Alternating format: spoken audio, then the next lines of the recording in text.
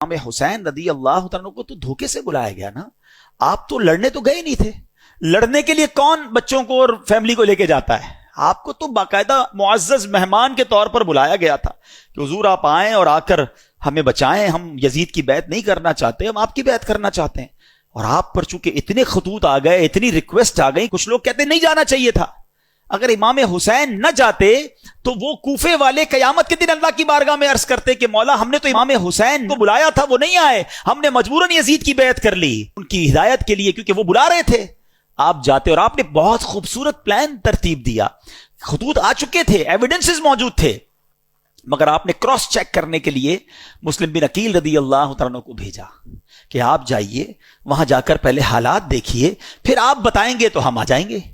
حضرت مسلم بن عقیل پہنچتے ہیں, سب لوگوں نے بڑا ویلکم کیا, ہزاروں لوگوں نے آپ کی بیعت کر لی, اور آپ نے خط لکھ دیا امام حسین کو کہ حضور یہاں تو ایوری تھنگ از اوکے, ہر بندہ آپ کے لیے انتظار میں ہے, آپ آئیے. انفارچونیٹلی دیکھیں کہ خط ادھر پہنچتا ہے, امام حسین ادھر روانہ ہوتے ہیں اور ادھر کوفے والوں نے غداری کی اور وہاں حضرت مسلم بن عقیل سے دھوکہ کیا, آپ کو شہید بھی کر دیا گیا. حضرت مسلم بن عقیل کے بچوں کو بھی شہید کیا گیا, اور حضرت مسلم بن عقیل رضی اللہ عنہ آخری وقت تک کہتے رہے کہ کاش میں وہ خط نہ لکھتا. آپ ٹریول کر چکے اور ادھر حضرت مسلم بن عقیل کو شہید کر دیا گیا. اب آپ جب کربلا کے قریب پہنچتے ہیں اور آپ کو ریزسٹ کیا جاتا ہے, آپ کو انٹرسپٹ کیا جاتا ہے جو یزیدی لشکر تھا. اب یہ لشکر 22,000 کا لشکر ہے. ایک بڑا ریلیونٹ کوسچن ہے کہ 72 لوگ ہیں جن میں بچے بھی ہیں, عورتیں بھی ہیں, ان سے لڑنے کے لیے یا ان کو گرفتار کرنے کے لیے اتنا بڑا لشکر کیوں بھیجا گیا؟ 1,000-2,000 آدمی بھیج دیے جاتے, کیونکہ یہ تو ویل ایکوپڈ بھی نہیں تھے, کیونکہ یہ جنگی ساز و سامان لے کر بھی نہیں گئے تھے, وہ سارے ایکوپڈ تھے, سارے جناب ساز و سامان کے ساتھ آئے تھے. تو جواب یہ ملتا ہے کہ وہ جانتے تھے کہ ان کی رگوں میں شیر خدا کا خون ہے, یہ اتنا آسانی سے ہاتھ نہیں آئیں گے. اگر یہ لڑنے پر آ گئے تو 2-4 ہزار تو مسئلہ ہی کوئی نہیں ان کے لیے ہے. تو اس لیے خوف کے عالم میں 22,000 کا لشکر بھیجا گیا. اور اب ایک بڑا عقیدے کی بات اشارتاً عرض کر دوں گا, جو عقل مند ہیں وہ انشاءاللہ بات کو پک کر لیں گے.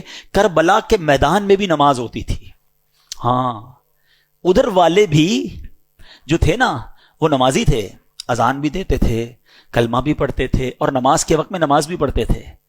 اچھا ہوتا کیا تھا, جب 22,000 لوگوں کی جماعت ہو رہی ہے تو امام حسین کو بھی وہاں چلے جانا چاہیے تھا.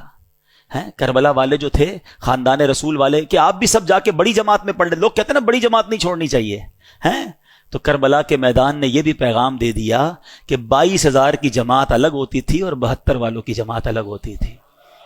ہاں, یہ سمجھ جاؤ کہ امام اگر لاکھوں کا بھی امام ہونا اور دل میں عقیدہ درست نہیں تو امام بھی اس کے پیچھے نماز نہیں پڑھتے تھے. تو یہ عشق والوں کے لیے میسج ہے کہ بے شک جماعت تھوڑی ہو مگر امام عاشق رسول ہونا چاہیے.